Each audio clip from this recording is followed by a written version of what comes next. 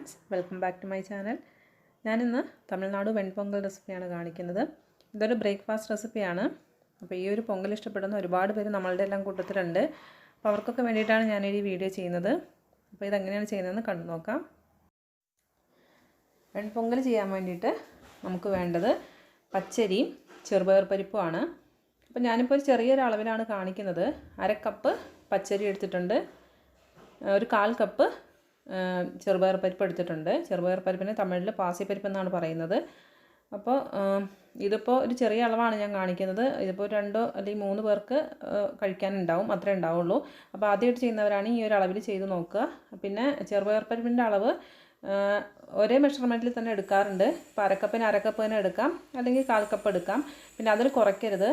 ഇതിൻ്റെ ടേസ്റ്റ് എന്ന് പറയുന്നത് ഇതിൻ്റെ രണ്ടിൻ്റെ ഒരു കോമ്പിനേഷനാണ്. അതുകൊണ്ട് 1/2 കപ്പ് ഒരു 1/4 കപ്പെങ്കിലും നമ്മൾ ചെറുപയർ പരിപ്പ് എടുക്കണം.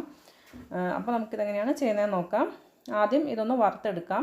ഞാനിതിപ്പോൾ കഴുകിയിട്ടില്ല, കഴുകാതെയാണ് വറുക്കുന്നത്. ഇതൊന്ന് വറുത്തെടുക്കാം. ആദ്യം ചൂടായ പാനിലേക്ക് നമുക്ക് പരിപ്പിട്ട് കൊടുക്കാം. പരിപ്പൊന്ന് ചെറുതായിട്ടൊന്ന് ചൂടായി വരണം. ഇപ്പോൾ പരിപ്പോട് ചൂടായി വന്നിട്ടുണ്ട്. ഇനി നമുക്കിതിലേക്ക് പച്ചരി കൂടെ ഇട്ട് കൊടുക്കാം. പച്ചരിയുടെയും പരിപ്പിൻ്റെയും കളർ മാറേണ്ട ആവശ്യമൊന്നുമില്ല. രണ്ടും നന്നായിട്ട് ചൂടായാൽ മതി. ചൂടായി കഴിയുമ്പോൾ തന്നെ നല്ലൊരു സ്മെല്ല് വരും. അപ്പോൾ നമുക്ക് ഫ്ലെയിം ഓഫ് ചെയ്യാം. ഇതിപ്പോൾ രണ്ടും നന്നായിട്ട് ചൂടായിട്ട് നന്നായിട്ട് സ്മെല്ലൊക്കെ വരുന്നുണ്ട്. ഇനി നമുക്ക് ഫ്ലെയിം ഓഫ് ചെയ്യാം. ഇത് നന്നായിട്ട് ചൂടാറണം. ചൂടാറിയിട്ട് വേണം കഴുകാനായിട്ട്. നമുക്കത് വെയിറ്റ് ചെയ്യാം. ഇനി ഒരു കുക്കർ ചൂടാകുമ്പോൾ അതിലേക്ക് 1 ടേബിൾ സ്പൂൺ നെയ്യ് ഒഴിച്ച് കൊടുക്കാം. നെയ്യ് നന്നായിട്ട് ചൂടായി കഴിയുമ്പോൾ ഇതിലേക്ക് 2 നുള്ളു കായം ചേർത്ത് കൊടുക്കാം. ഇനി 1 ടേബിൾ സ്പൂൺ ഇഞ്ചി, പിന്നെ 2 പച്ചമുളക് കൂടെ ഇതിലേക്ക് ചേർത്ത് കൊടുക്കാം.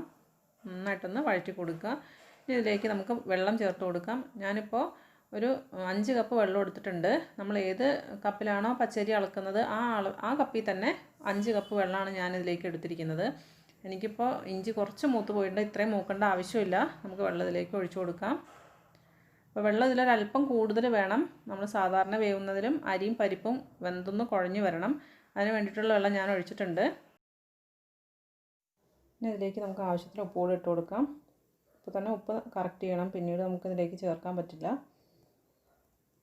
ഇനി ഇതിലേക്ക് നമുക്ക് നന്നായിട്ട് കഴുകി എടുത്ത് വെച്ചിരിക്കുന്ന അരിയും പരിപ്പും ഇട്ട് കൊടുക്കാം.